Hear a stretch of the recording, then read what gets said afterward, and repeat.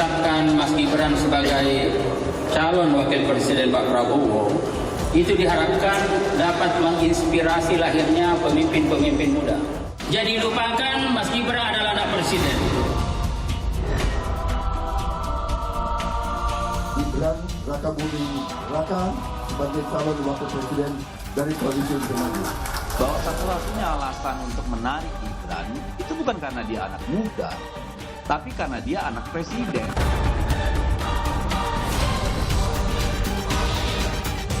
Keluarga yang patriotik, keluarga yang ingin berbakti kepada negara dan bangsa. Salahnya apa?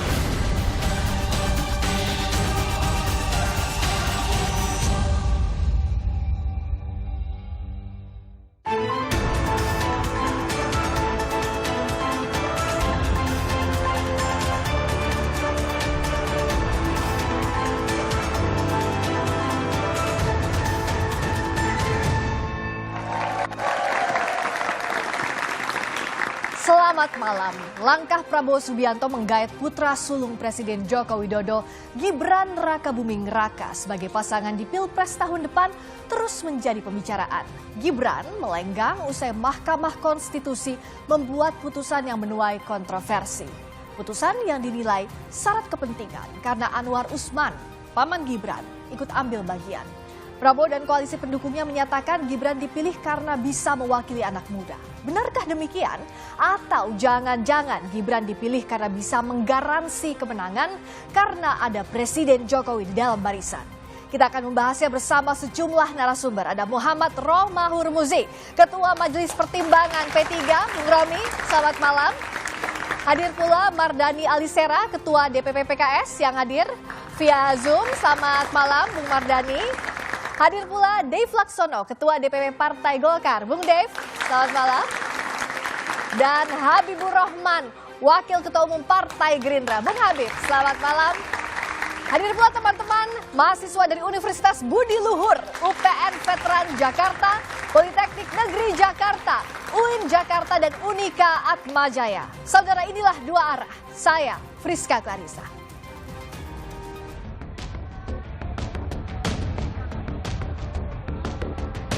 Anak muda, generasi milenial, generasi Z, dan jangan lupa para santri. Pasti kita dukung penuh. Bagaimana? Nggak salah pilihan aku? Paten enggak?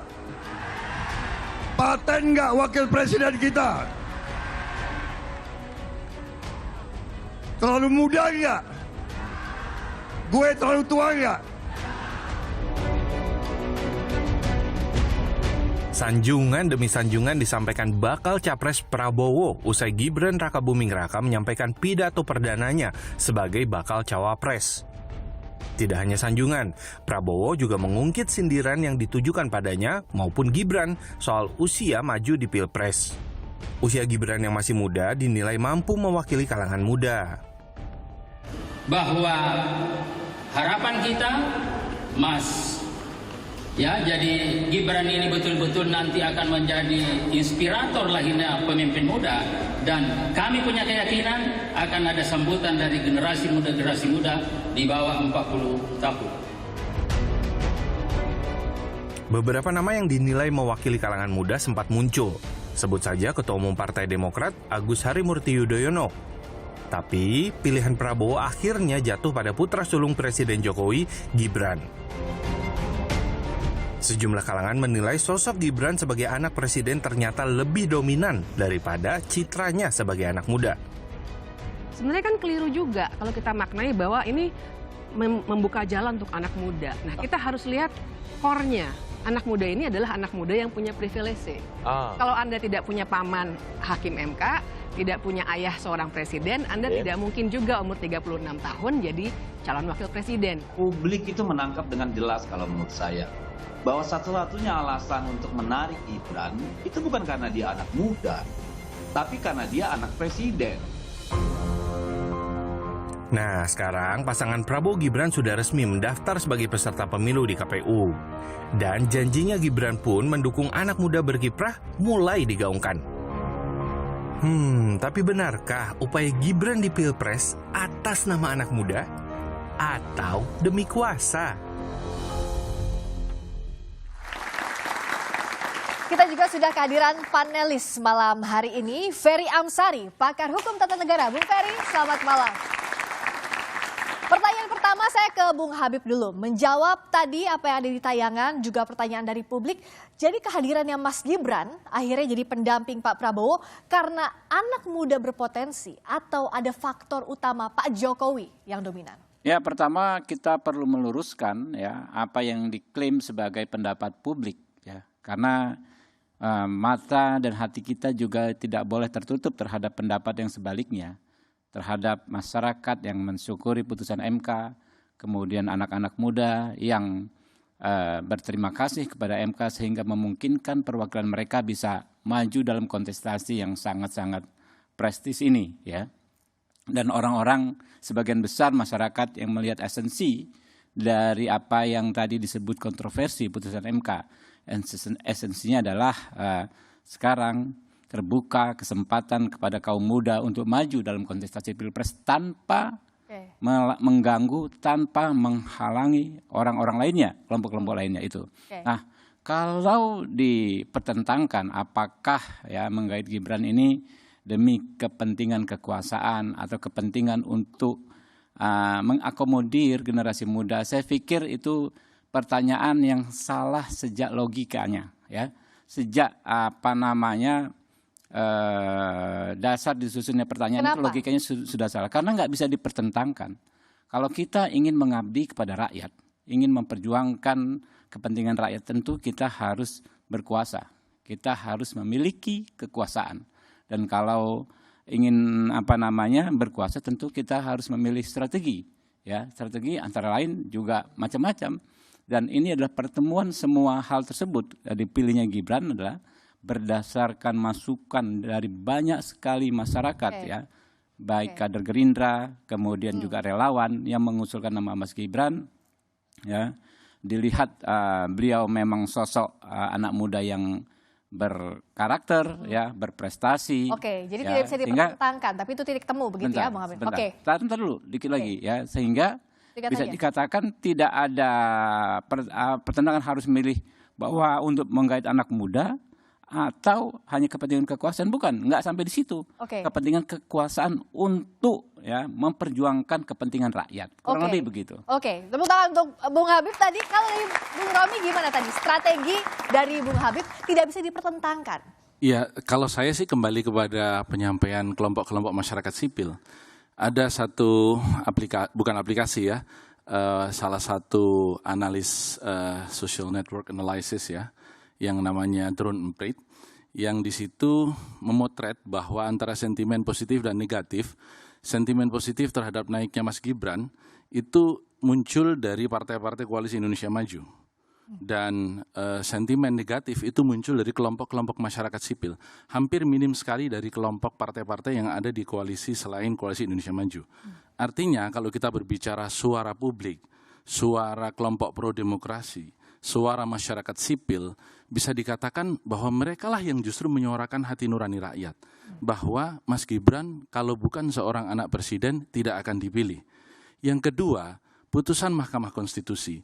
Yang memasalahkan putusan Mahkamah Konstitusi itu bukan orang lain, Hakim MK sendiri, Profesor Saldi Isra, dan kemarin di dalam forum terbuka, Pak Arief Hidayat itu juga menyampaikan hal yang sangat terbuka bahwa memang ada masalah di dalam putusan itu.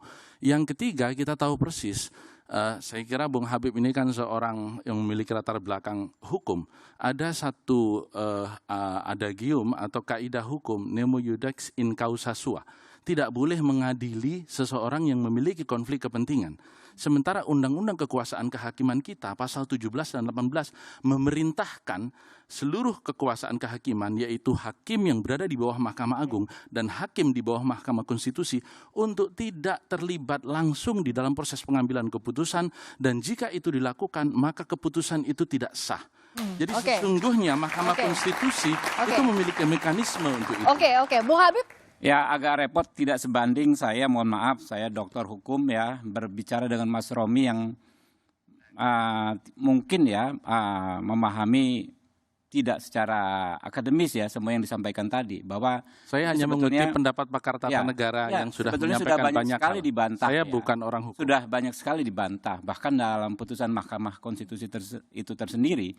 Kalau Bung Romi membaca detail putusan Mahkamah Konstitusi itu hatam, saya pikir kita sampai pada kesimpulan setiap putusan pengadilan ya itu pasti ada yang suka, ada yang tidak suka. Ada yang suka, ada yang senang, ada yang tidak senang. Biasa saja, tapi akhir dari semua perdebatan tersebut adalah putusan. Ya, makanya menjadi tidak etis ya ketika misalnya saudara Hakim Konstitusi Saldi Isra ya mempersoalkan gestur kolehannya dalam dissenting opinion. Juga lebih tidak etis ketika saudara siapa tadi yang saudara Romi sebut Hakim Konstitusi Arief Hidayat mempersoalkan opininya setelah putusan dibuat. Karena semua perdebatan itu menjadi nonsen ketika putusan sudah dilaksanakan, sudah diputus dan harusnya semua orang hukum ya. Jika tidak ada seperti kata Prof. Yusril penyelundupan hukum bahwa hukum itu bisa dilaksanakan ketika sudah ada putusannya gitu loh. Pendapat sih silakan sih ya, mau Prof. Yusril dan lain sebagainya silakan saja, tetapi begitu ada putusan ya kita semua tegak lurus hormat pada putusan. Itulah konsekuensi kita sebagai warga negara Indonesia, di mana di pasal 1 Undang-Undang Dasar 45 bahwa negara kita adalah negara hukum. Oke, nah bicara soal tadi pernyataan Hakim Konstitusi, kita dengarkan dulu pernyataan dari Hakim Konstitusi Arief Hidayat soal putusan MK ini. Sekarang ada kecenderungan sistem ketatanegaraan dan sistem bernegara yang sudah jauh dari keinginan pembukaan Undang-Undang Dasar 45. Bayangkan Bapak Ibu sekalian, di era Soeharto, era rezim Orde Baru atau Orde Lama pun, itu tidak ada kekuatan yang terpusat di tangan-tangan tertentu. Kita lihat misalnya, masih ada pembagian berdasarkan yang paling kuno teorinya trias politika. Tapi sekarang Bapak Ibu sekalian, sistem ketatanegaraan dan sistem bernegara Indonesia, coba bayangkan.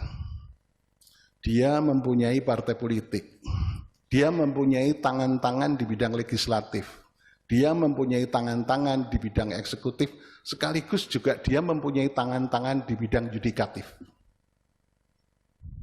Saya sebetulnya datang ke sini agak malu, kenapa saya pakai baju hitam? Karena saya sebagai Hakim Mahkamah Konstitusi sedang berkabung. Karena di Mahkamah Konstitusi baru saja terjadi prahara. Dan saat ini sudah bergabung pula Ketua DPP PKS, Bung Mardhani Alisera. Selamat malam. Saya tadi minta tanggapan dulu soal pernyataannya Pak Arief Hidayat ke Bung Ferry. Tadi kata Pak Arief bahwa sedang berkabung, ada prahara. Apa yang Bung Ferry lihat? Ya, sebelum merespon pertanyaan itu, saya mau kasih informasi saja ke Bang Habib. Kalau dibaca, Bang Romi ini punya darah Begawan Hukum Tata Negara, namanya Muhammad Tolha Mansur. Itu Begawan Hukum Tata Negara Indonesia. Dari kecil dia sudah baca soal hukum tata negara itu. Makasih. Soal pendapat Pak Arief, saya pikir memang ada kegundah-gulanaan di tubuh Mahkamah Konstitusi. Bagaimana mungkin Mahkamah sepenting itu dalam aspek hukum tata negara kita dimanfaatkan untuk tujuan dan langkah-langkah politik tertentu. Saya melihat memang putusan 90 ini tidak lain dan tidak bukan memang untuk karpet merah bagi anak Presiden Jokowi. Kenapa prasangkanya ke sana, Stri? Ya, kenapa begitu? Sederhana saja. Setelah putusan, tak ada satupun yang mendapatkan manfaat dari putusan ini kecuali anak Presiden Joko Widodo. Mana cerita anak-anak muda lainnya yang akan dapat keuntungan dari putusan 90 ini. Oleh karena itu, membacanya juga akan lebih enak kalau kemudian kita bisa memperbandingkan antara berbagai putusan yang berkaitan dengan ini. Misalnya putusan 21, 21, 51, 55. Sebelum putusan 90, Ketua MK itu mengundurkan diri dengan menyatakan bahwa ada konflik kepentingan antara dirinya dengan pemohon. Oleh karena itu dia mengundurkan diri. Tapi dalam perkara 90 dia masuk lagi. Mengubah komposisi dan arah putusan soal batas usia ini. Padahal pemohon 90 itu juga punya konflik kepentingan karena secara langsung disebutkan. Saya pemohon adalah penggemar berat Mas Gibran, tanpa Mas Gibran dalam perkara pemilu 2024, apa artinya pemilu 2004? Oke, Jadi sangat jelas. saya akan tanyakan ini ke Bung Habib karena masih spektrumnya hukum. Bung Habib tadi kata Mas Ferry tidak ada yang mendapatkan keuntungan kecuali Mas Gibran. Ya, undang-undang memang seperti itu. Secara norma undang-undang itu adalah erga omnes yang mengatur untuk semua, berlaku untuk semua. Ini nggak bisa dibantah kok. Saya berapa kali juga ketemu Bung Ferry nggak bisa dibantah kok. Ya namanya undang-undang. Tapi apakah ada orang yang bisa menggunakan hak tersebut sampai benar-benar secara de facto maju? Ya itu hal lain. Undang-undang Pilpres misalnya, itu erga omnes. Berlaku untuk semua. Tapi siapa yang bisa maju sebagai capres dan cawapres? Akhirnya cuma 6 orang atau 9 orang gitu kan. 6 kalau sekarang kan. Kalau kemarin misalnya 4 pasangan 8 orang dari 280 juta warga negara Indonesia. Jadi nggak bisa dibenturkan ya antara norma-norma hukum, prinsip-prinsip hukum ya kan dengan persoalan politik gitu. Ya silahkan saja menduga-duga, tapi menurut saya nggak bisa dipaksakan persoalan hukum lalu dianalisa secara politik lalu dipastikan. Wah ini pasti ya karpet merah untuk seseorang. Ini yang menurut saya justru memperkosa nilai-nilai hukum gitu loh. Kita orang hukum ya tentu ketika bicara topik hukum nggak bisa kita tanggalkan prinsip-prinsip di dunia hukum itu gitu. Bagaimana kalau Bung Mardhani melihat ini? Dan apakah ada kekhawatiran adanya ketidakadilan kalau anak presiden maju, dan bagaimana pula kalau dari sisi anak muda dan anak presiden betulkah tidak bisa dipertentangkan? Kita bahas usai jeda di Dua Arah.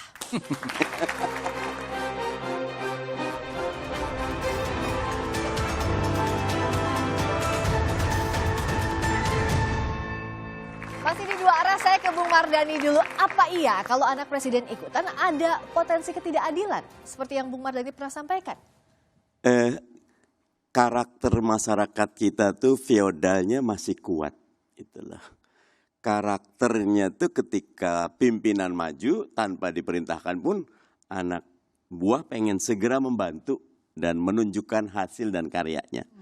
Karena itu awalnya saya berpikir Anies Muhaimin, Ganjar Mahfud, saya kepikir mudah-mudahan Pak Prabowo sama Pak Erick Thohir, kalau 3 ini ada kontestasi karya dan gagasan yang baik. Emang kenapa kalau sama Mas Gibran? Enggak kenapa, itu saya bilang itu haknya Pak Prabowo dan teman-teman koalisi Indonesia Maju, monggo.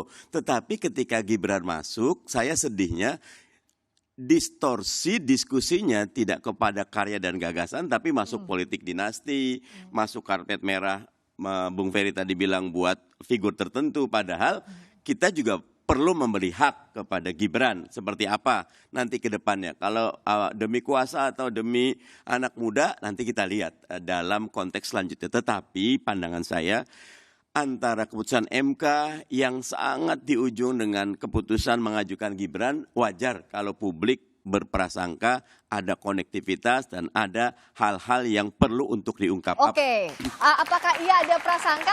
Saya akan putarkan dulu pernyataan dari seniornya Bung Dave, Bung Idris Marham berikut ini. Jadi lupakan Mas Gibran adalah anak presiden.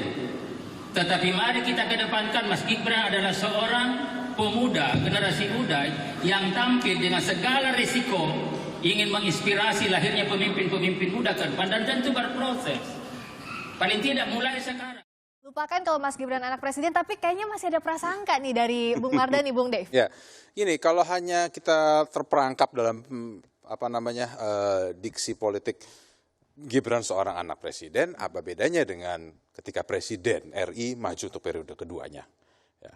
Lah, kan sama aja, lebih berkuasa malahan, sedang memegang seluruh otoritas, seluruh kekuasaan, mengendalikan APBN keseluruhan.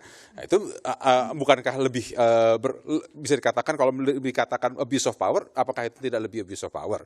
Jadi apakah semua incumbent tidak boleh maju kembali? Gitu. Kalau kita hanya mau berpegangan terus-terusan gitu ya kepada bahwa oh ini anak presiden, dia mendapatkan fasilitas A, B, C, D, E, F segala macam ya udah kalau gitu semuanya hanya orang boleh 1 kali maju, habis itu nggak boleh maju lagi, semuanya suruh kembali Jadi prasangka bertani. itu nggak relevan. Jadi bagi saya sih tidak penting. Kita harus lihat itu adalah kemampuan beliau, bagaimana dia bisa mengkoneksi kepada masyarakat, bagaimana dia bisa menyuarakan pandangan masyarakat, bagaimana dia bisa merepresentasikan sepenuhnya generasi muda, generasi milenial dan generasi Z yang merupakan lebih dari 50% demografi Indonesia. Dan alhamdulillah saya sudah lulus dari generasi milenial, jadi ya kita hanya bisa membantu menyuarakan saja. Oke. Kalau dari Bung Romi harusnya nggak ada prasangka begini kalau loh, dari Bung. sebenarnya keterpilihan pemimpin itu di dunia tidak kemudian anak muda pilih anak muda atau orang tua pasti pilih orang tua.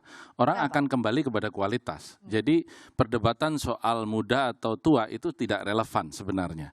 Tetapi yang menjadi persoalan di sini lagi-lagi adalah majunya Mas Gibran ini didahului oleh keputusan di Mahkamah Konstitusi yang problematika hukumnya disuarakan oleh seluruh pengamat tata negara, pakar tata negara. Tidak ada satupun pengamat tata negara yang merespons positif putusan MK itu. Karena bagaimana pengambilan putusan, meskipun itu secara kemudian konstitusi dinyatakan ya sudah kita tegak lurus. Iya tegak lurus, tapi kalau putusannya itu kemudian bermasalah di dalam proses pengambilan keputusannya, apa iya kita tegak lurus? Mekanismenya di dalam Undang-Undang Kekuasaan Kehakiman dan Undang-Undang Mahkamah Konstitusi, dua-duanya ada. Bahwa putusan itu bisa saja tidak sah. Dan sudah dibuktikan tadi disampaikan oleh Pak Aferi bahwa di putusan yang 3 dibacakan sebelum makan siang itu memang Ketua MK tidak terlibat. Ketika kemudian keponakannya yang diajukan masuk namanya di dalam gugatan oleh Almas Sakibiru itu, justru malah dia memasukkan dan menceburkan diri di dalam putusan itu. Bung Jadi ini persoalan serius. Ini kegaduhan ini yang kemudian membuat majunya Mas Gibran yang seharusnya menjadi sebuah selebrasi anak muda masuk ke panggung politik lebih awal menjadi ternoda. Itu yang menjadi ganjalan, Bung Habib. Memang agak susah kita kalau berdebat kusir ya, mendaur ulang hal-hal yang memang sudah diputus, nggak produktif takutnya. Tadi juga ada klaim sebagian besar publik. Ya saya juga punya yang sebaliknya, hasil survei LSI ya, bahwa justru yang terbesar publik adalah mempercayai keputusan MK. 49% berbanding dengan... Saya tidak menyebut publik, Bung Habib. Saya menyebut pakar tata negara. Tidak satu pun yang merespons positif. Mau bicara lagi? Enggak, saya cuma mau menegaskan itu saja. Tadi yang saya dengar begitu, bisa diputar nanti kan, bahwa kemudian soal pakar hukum tata negara tidak ada satupun. Ini juga kan nggak masuk akal gitu yang disampaikan Bung Romi. Orang tiap hari kita dengar pendapat banyak sekali pakar hukum tata negara yang berpendapat berbeda. Banyak Pak, banyak sekali Pak. Ada Abdul Khoir Ramadan ya, ada lagi macam-macam banyak Pak. Saya sampai lupa mau menyebutkannya. Nggak mungkin tidak satu pun Pak. Terhadap diskursus nggak mungkin hanya satu pendapat, pasti ada 2 pendapat.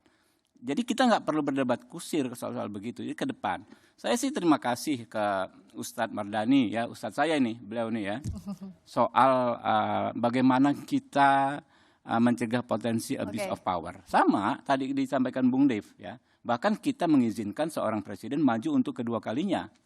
Kalau soal abuse of power tentu harusnya kita larang presiden maju kedua kalinya. Nanti loh ya. Yang paling penting semangat itu. Semangatnya Bung Mardani, Ustadz Mardani ini jangan sampai terjadi abuse of power. Ini itu zaman keterbukaan. Ya? Saya anggota DPR dulu saya maju aja. Saya belum anggota DPR. Sekarang setelah maju sebagai anggota DPR jauh lebih sulit. Kenapa? Diawasi masyarakat. Salah dikit nggak boleh, salah dikit diprotes, salah dikit dipanggil Bawaslu. Itu yang terjadi saat saya sekarang sudah memegang kekuasaan. Justru jadi kalau orang memegang kekuasaan ada sisi lain di era demokrasi ini. Dia disorot banyak orang dan dia harus berhati-hati. Bung Ferry? Ya, pertama kita tidak akan mungkin melupakan Gibran adalah anak presiden. Masa publik disuruh insomnia berjamaah? Tidak mungkin itu. Kedua, tidak mungkin kita samakan antara karpet merah yang diberikan Gibran melalui putusan MK dengan 2 periode presiden. 2 periode presiden itu ada di dalam konstitusi. Diperbolehkan. Sementara membangun relasi nepotisme dilarang di konstitusi. Ingat ada ketentuan pasal 1 angka 5 dan pasal 22 Undang-Undang 28 tahun 99 tentang penyelenggara negara yang bersih dan bebas dari korupsi, kolusi, dan nepotisme. Apa nepotisme di dalam ketentuan undang-undang itu adalah penyelenggara negara yang menggunakan wewenangnya untuk keuntungan keluarga dan kroninya.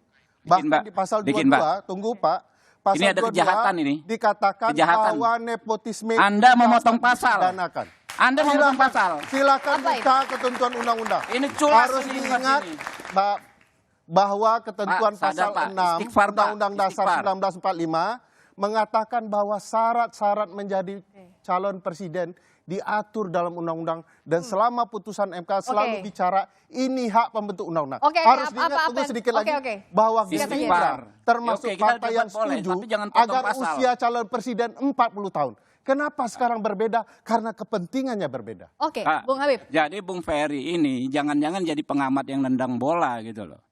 Jadi kalau mengutip pasal itu paling pantang kita memotong pasal. Itu sangat tidak etis. Tidak, silakan cek pasalnya. Ya, pasal 1 angka 5. Ada kata-kata, tunggu dulu. Jangan Anda potong. tidak baca pasal. Ada Anda kalimat memotong saya, melanggar sekarang saya boleh hukum. memotong Anda. Bila aparatur negara melakukan perbuatan yang menguntungkan kerabatnya secara melawan hukum. Tidak harus ada kata tadi Anda tidak sebutkan, Pak. Anda tidak sebutkan, Anda memotong pasal. Silakan baca, publik silakan baca. Siapa yang salah baca, saya atau Anda salah baca, publik Anda baca. yang salah. Tapi Silakan apapun mengatakan itu, kata secara melawan hukum. Akui. Saya yakin 100% benar dan yang ngawur. Mbak, Oke, tenang. Putar ulang. Tunggu. Dia harus ngaku Kita dia jeda memotong dulu, pasal. oke? Kita akan Putar jeda ulang, Mbak. dulu dan kita Undang-Undang lihat 28, bagaimana 99. sebenarnya publik harus menyimak ini dan bagaimana pula kepala dingin ini untuk sama-sama kita berpikir Nggak apa boleh yang harus gitu, dilakukan oleh para politisi Nggak ada ini potong-potong. agar Silakan laporkan pemilu kalau berjalan bisa dipercaya. Sesaat lagi di Dua Arah.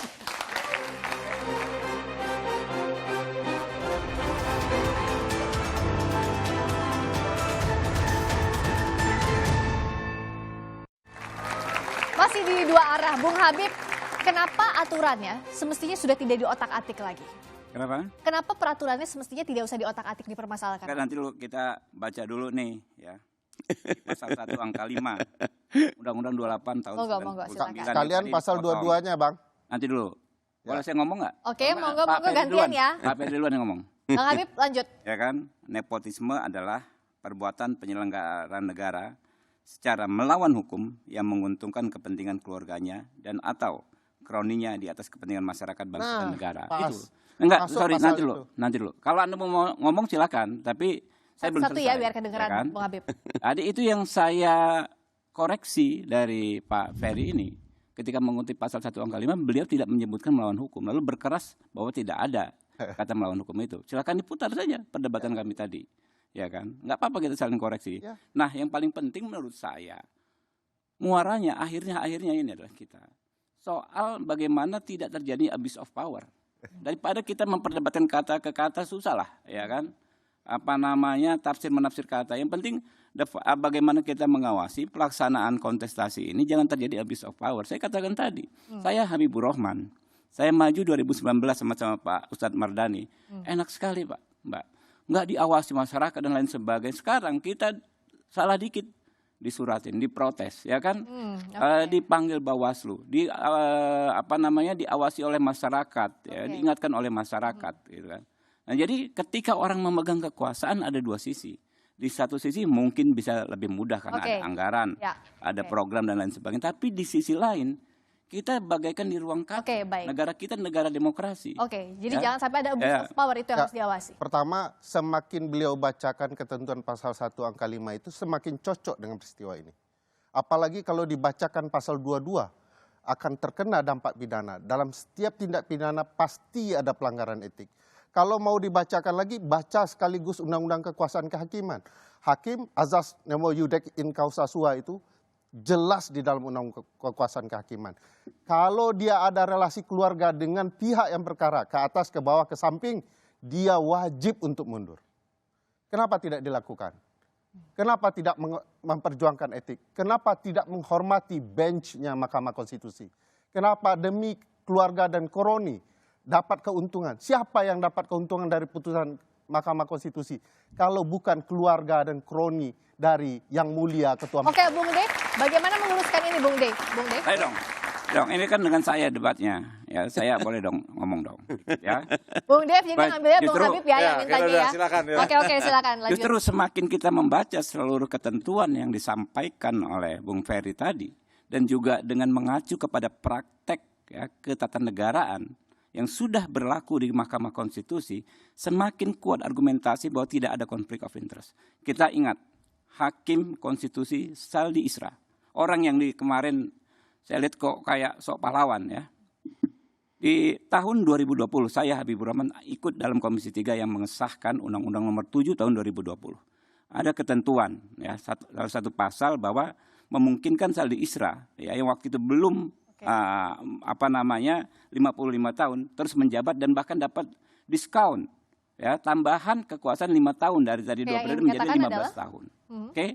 Saldi Isra ikut dalam perkara tersebut. Jadi perkara undang-undang yang kami sahkan diuji materi oleh orang, ya kan? Diuji materi Saldi Isra ikut, tidak mengundurkan diri pada personally kalau mau dituduhkan ya, ada tuduhan Saldi Isra diuntungkan dalam undang-undang. Oke, jadi yang dikatakan adalah dia tidak dissenting opinion. Karena apa? Karena menganggap Mahkamah Konstitusi ini menguji peraturan perundang-undangan yang bersifat erga omnes. Sehingga ketika erga omnes ya, undang-undang yang berlaku untuk semua, tidak ada istilah konflik of interest. Oke, saya Bang Mardhani silakan. Memang lebih cepat pembicaraan tentang Mahkamah Konstitusi selesai ini makin baik. Kita bisa fokus kepada kontestasi karya dan gagasan.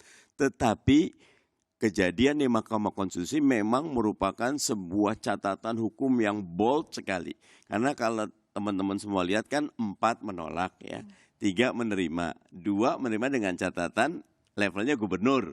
Terus kesimpulan umumnya, terus seorang Saldi Isra, seorang Harif Hidayat menyampaikan secara vulgar, buat saya husnuzon adalah suara hati nurani terdalam mereka, ada sesuatu yang sangat berbahaya sedang terjadi di Mahkamah Konstitusi. Tetapi ke depannya kalau saya tetap berpendapat keputusan MK itu final dan mengikat, maka monggo sekarang ada lagi nih, saya kebetulan Komisi 2 Mas Romi. Ini nggak ada PKPU-nya. Keputusan itu. Jadi Gibran belum tentu. Tapi kami di Komisi 2 pernah juga buat PKPU dan tidak ada konsultasi dan didaftarkan dahulu, habis itu baru konsultasi. Bisa juga. Jadi kalau buat saya Gibran memang secara fakta sudah jadi calon wakil presiden. Dan adakah dia mewakili anak muda atau mewakili kuasa?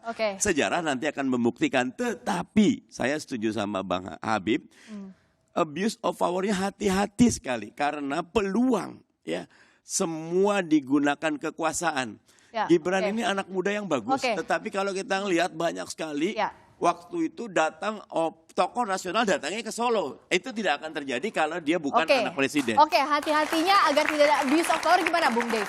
Hati-hati agar tidak ada abuse of power-nya itu gimana? Ya, kalau masalah abuse of power kan sekarang tadi seperti disampaikan, kita ini di negara demokrasi terbuka yang dianalogikan oleh Bang Habib ini, kita dibagai di dalam ruangan kaca. Ikan dalam kaca. Ikan dalam akuarium. Jadi semua gerak-geriknya itu terlihat. Nah, kalaupun kita misalnya hal sesimpel aja, menggunakan kendaraan dinas saja itu bisa langsung dilaporkan.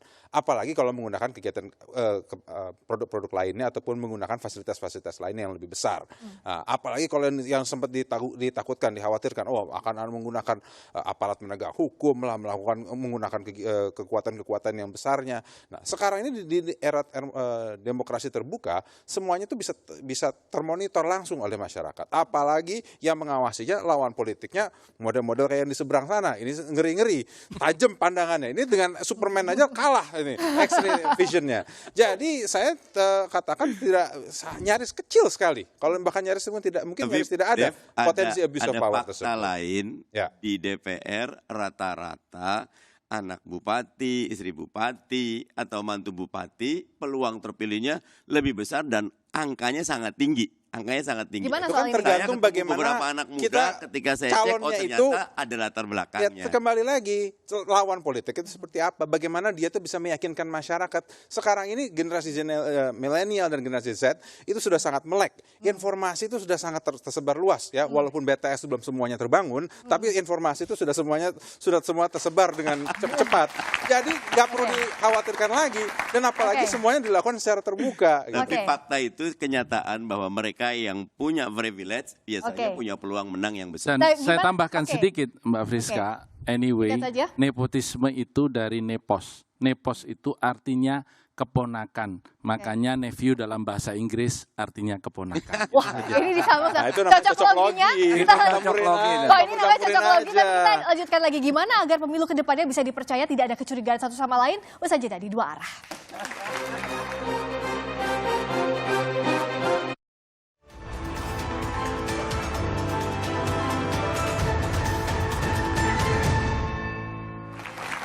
Nah, berikutnya adalah kalau tadi kan jangan mundur-mundur lagi bicara soal aturan, tapi kayaknya yang nggak mau move on juga dari masing-masing di sini nih. Saya ke Bung Romi dulu. Jadi gimana untuk mengawasi fokusnya ke depan agar bisa dipercaya pemilunya? Ya, yang pasti bahwa pemilu ini kan seperti yang tadi disampaikan, kita seperti ikan di dalam akuarium. Kita mencintai presiden kita, Pak Jokowi, dan menghormatinya dengan menjaganya untuk tetap imparsial. Meskipun secara terbuka Pak Jokowi menyampaikan bahwa beliau mendukung semua, tapi tentu kita tahu persis Joko Widodo adalah ayahanda dari Gibran. Tapi Joko Widodo juga adalah kader PDI Perjuangan. Jadi memang ini akan kita lihat, jangan-jangan ini Jokowi lawan Jokowi. Jadi Jokowi sebagai ayah Gibran melawan Jokowi sebagai kader PDI Perjuangan. Kita lihat nanti ke depan. Tetapi mari kita sama-sama, saya menyerukan adik-adik kita yang ada di sini, mari kita kawal pemilu kita secara lebih bermartabat dan kita tingkatkan partisipasi pemilih kita untuk membuat kualitas demokrasi Indonesia menjadi dikenang oleh dunia dan Indonesia akan memiliki betul-betul Presiden Jokowi yang imparsial meskipun anaknya maju. Oke, Bung Habib silakan. Jadi bagaimana untuk mengawal agar pemilu ini bisa dipercaya, Bung Habib? Iya, tentu pernyataan yang sangat hangat sekali dari sahabat saya Pak Romi ya. Ini saya pikir penting untuk disuarakan oleh semua orang. Kita saling mengawasi ya, dan kita mendorong partisipasi sebanyak mungkin orang ya untuk ikut mulai dari mengawasi, mengikuti setiap tahapan sampai pada hari H menggunakan hak pilihnya dalam pemilu ini, karena ini hajat kita semua, ya kepentingan kita semua. Situasi saat ini adalah situasi demokrasi yang sangat terbuka, ya. Hal kecil saja, skandal kecil saja pasti diketahui oleh publik dan kita punya perangkat, ya yang saya pikir sangat independen, sangat berintegritas. Kita ada Bawaslu, kita ada KPU, kita ada Dewan Kehormatan Penyelenggara Pemilu, ya macam-macam, juga ada Sentra Gakumdu. Jadi segala celah ya penyalahgunaan kekuasaan untuk salah satu pasangan calon saya pikir harus kita sikapi bersama. Oke, terima kasih. Kalau bagaimana kita mengawasi dan memantau agar Pak Jokowi betul-betul netral di pemilu ini? Pemilu ini bukan miliknya partai, bukan miliknya capres, tapi miliknya rakyat. Karena itu ada hukum sentimen publik. Ketika publik betul-betul mengawasi, maka akan terjadi kalau Bang Napi bilang, ingat kejahatan itu karena ada kesempatan. Kalau semua ngawasi, nggak ada kejahatan. Tapi saya mau ngasih satu catatan. Tahun 2016 itu Hillary lawan Trump. Semua survei Hillary yang menang, Gus Romi. Tetapi Clinton itu dapat 50 juta dari Cambridge Analytical data Facebook. Jadi dia bisa melakukan micro campaign. Yang sekarang ini kita perlu awasi. Algoritma dari sosial media tidak dipegang. Jangankan KPU Bawaslu, siapapun nggak bisa. Misal teman-teman bisa lihat, coba posting Amin, gimana? Posting Ganjar, posting Prabowo, lihat kayak gimana. Nanti algoritma itu akan bisa mencet, lebarin. Nah ini harus betul-betul kita awasi. Jangan sampai karena pemilu kita di era sosial media, sementara platform sosial media tidak dimiliki kita, itu akan menjadi alat yang efektif untuk memenangkan satu pasang calon. Oke, terima kasih. Kalau dari koalisi tentu inginnya menang. Tapi apa yang bisa dilakukan untuk publik juga mau memilih sesuai dengan hati nurani? Nah, itu adalah tanggung jawab dari semuanya. Baik dari para paslon, baik dari partai pendukung, ataupun juga semua lembaga penyelenggara pemilu dan juga lembaga pemerintah, ataupun juga LSM dan juga semua ormas-ormas masyarakat.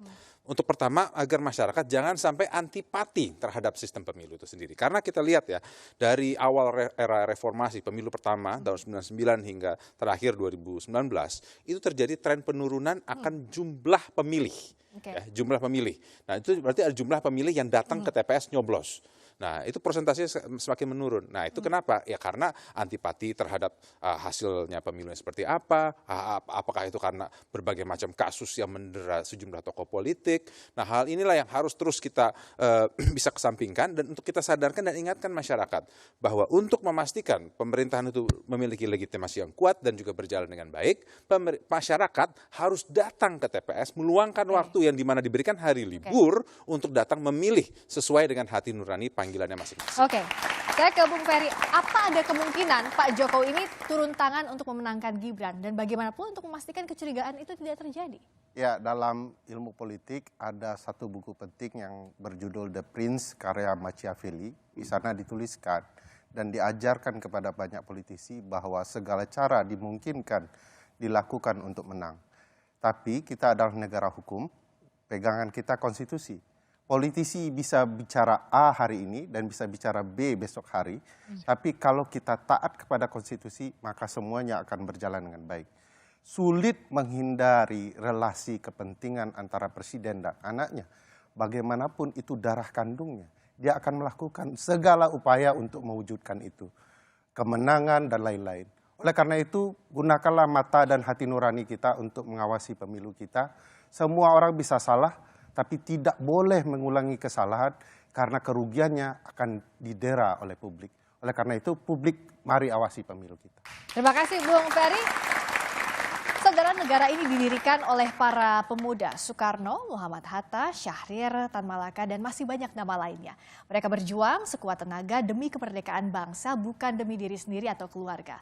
Mereka berjuang demi mewujudkan kemerdekaan, bukan menumpuk kekuasaan. Karenanya memberikan kesempatan untuk anak muda mengambil peran dalam pemerintahan, bukan sesuatu yang tabu dan haram. Selama itu dilakukan sesuai aturan dan tak ada penyelewengan kekuasaan. Juga mengedepankan asas meritokrasi, bukan hasil kolusi, apalagi mengakali konstitusi. Waktunya rakyat mengawasi. Saya Frisa Clarissa, tetap saksikan Kompas TV untuk mengupdate informasi terkini, terutama seputar pemilu. Hanya di Kompas TV, independen terpercaya. Sampai jumpa. Terima kasih banyak.